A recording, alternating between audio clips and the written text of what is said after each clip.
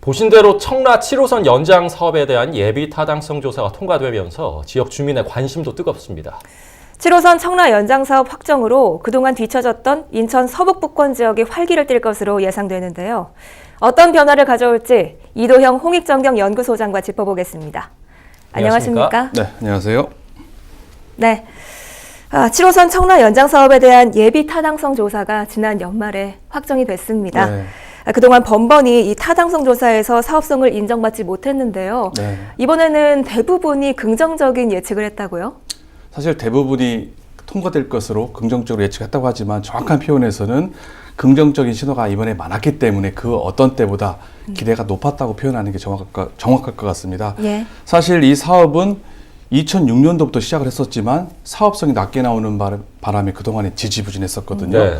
그러다가 그 사실로 실제로 2개월 전이죠. 지난 2017년 11월 달에 인천시의 행정사무감사에서 이 의원익을 물어봤더니 집행부에서 이거는 예비 타당성 조사 기간이 오래 걸리고 그리고 사업 타당성도 높이기가 어렵다라고 밝힌 게 바로 엊그저께 일이었습니다. 네. 하지만 청라의 인구가 벌써 이제 8만을 넘어가게 되고 그만큼 청라의 위상이 좀 달라지게 될 뿐만 아니라 문재인 대통령의 또 공약사항이었었습니다. 이런 네. 여러 가지 상황이 이번만큼은 잘 통과되지 않겠느냐 기대를 한 게 사실입니다. 네, 그렇군요.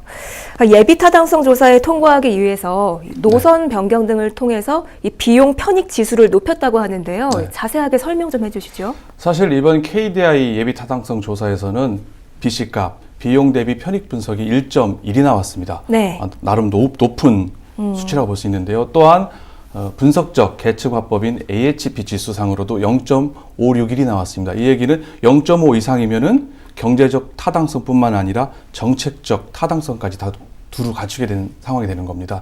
상당히 좋은 결과가 나와서 고무적인데요. 네. 그렇지만 2012년 조사에서는 BC값이 0.56에 불과했었습니다. 네. 사실 인천시에서는 고민이었죠. 이걸 높여야 되는데 너무 낮으니까.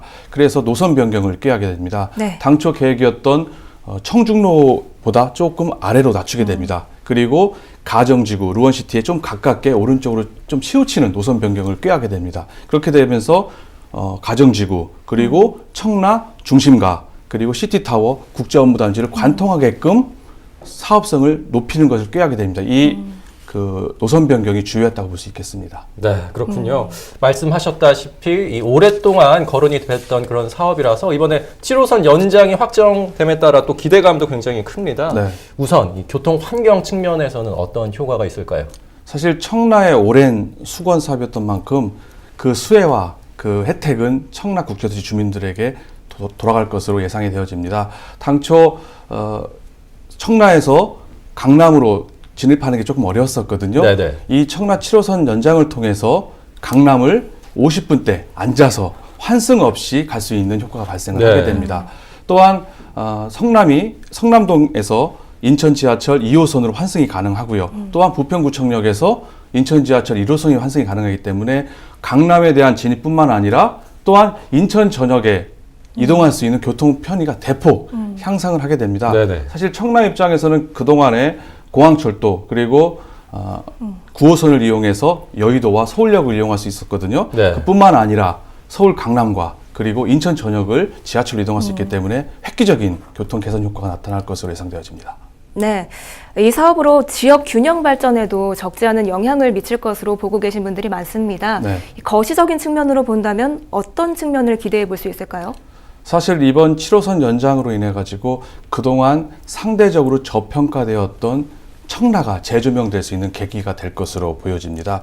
사실 청라 같은 경우는 대규모 여러 가지 개발 계획이 있었지만 잘 안 됐거든요. 네. 그래서 그동안 지지부진하다 보니까 여러 가지 호재가 있었음에도 불구하고 부동산 시장에서 소외됐던 게 사실이었습니다. 하지만 이번 7호선 연장을 통해서 그리고 최근에 영종도와 청라를 잇는 제3연륙교가 확정되지 않았습니까? 예. 그뿐만이 아닙니다. 하나금융타운 그리고 청라 스타필드가 예정되어 있는 것처럼 여러 가지 교통 환경, 주거 환경이 개선되는 여러 가지 효과가 있기 때문에 아마 그동안에 소외되었던 그 인천 서북부의 균형 발전과 인구 유입이 활성화될 것으로 예상됩니다. 네, 뭐 다양한 기대 효과들이 그렇죠. 나오고 있는데 네. 총 1조 2천억 원이 넘는 사업비가 들어갑니다. 결국 제일 중요한 거는 재정 문제 아니겠습니까? 이 네. 걱정은 없나요? 사실 국비가 60%이기 때문에 사실 그리고 또한 인천시 재정이 나날이 좋아지고 있지 않겠습니까? 그래서 큰 문제는 없을 것으로 보여집니다. 다만 그 인천 지하철 그 7호선 서울 지하철이죠. 서울 지하철 7호선이 청라에 연장됨으로써 주민들에게 좋을 수는 있지만 여러 가지 문제가 몇 개 발생할 수가 있습니다. 그게 뭐냐면은 최근에 이번 방송에도 말씀했는데요. 그 고등학교 무상급식 네. 이 전면 시행됐고 또한 영종과 청라에 간에 그 제3연육교가 연결되면서 손실보전금이 5,900억입니다. 또한 경인고속도로가 일반화되면서 그에 대한 사업비가 4천억이고요. 원당 테리간 도로가 인천시가 떠안으면서 575억. 그러니까는 7호선 연장에 대한 그 문제는 아닌데 그만큼 인천 시민의 세금이 집중적으로 투입돼야 되는 문제점이 있기 때문에 이 점에서 혹시 예산 조달에 문제가 생기지 않을까. 사업은 꼭 추진돼야 되지만 네. 이런 문제점이 좀 우려가 되는 부분이기도 합니다. 네, 우려되는 부분들도 덜어 있긴 한데요. 2021년에 착공에 들어갈 계획입니다. 네. 많은 분들이 이 사업에 기대를 걸고 있는데 네. 혹시 그런 우려들 때문에 사업이 지연될 가능성도 있을까요?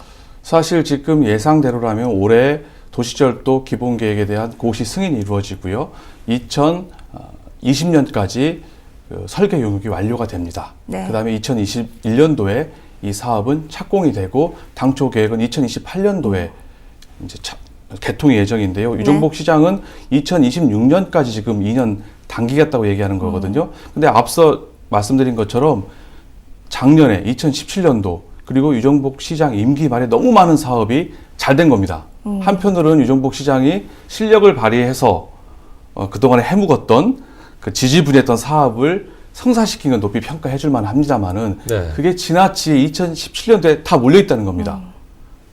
제3연육교, 무상급식, 고교 무상급식, 그리고 앞서 말씀드렸던 우리 인천 지하철 7호선 청라 연장 문제 등 이런 문제 때문에 과연 국비는 제대로 조달하게 되면은 이 사업은 차질 없이 진행될 것으로 보여지지만 그에 따르는 시비 확보가 관건이고요. 이게 네. 잘 이루어져야만 당초 그 개통 예정보다 2년 당긴 2026년도 개통이 가능하리라고 보여집니다.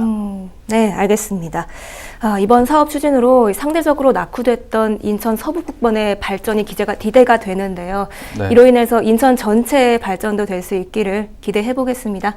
오늘 나와주셔서 고맙습니다. 네, 고맙습니다. 네.